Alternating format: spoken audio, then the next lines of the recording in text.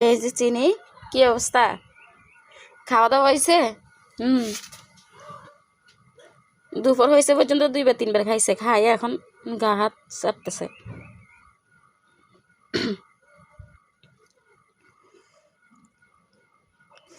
আজকে কয়দিন অসুস্থ, অনেক অসুস্থ।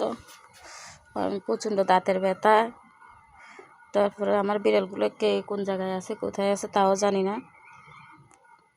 4টা বিড়াল তো, একটা তো মিনি বাবু দিছে, মিনি বাসে থাকে, কিন্তু চিনিকেও দেখি না, জেরিকেও দেখি না।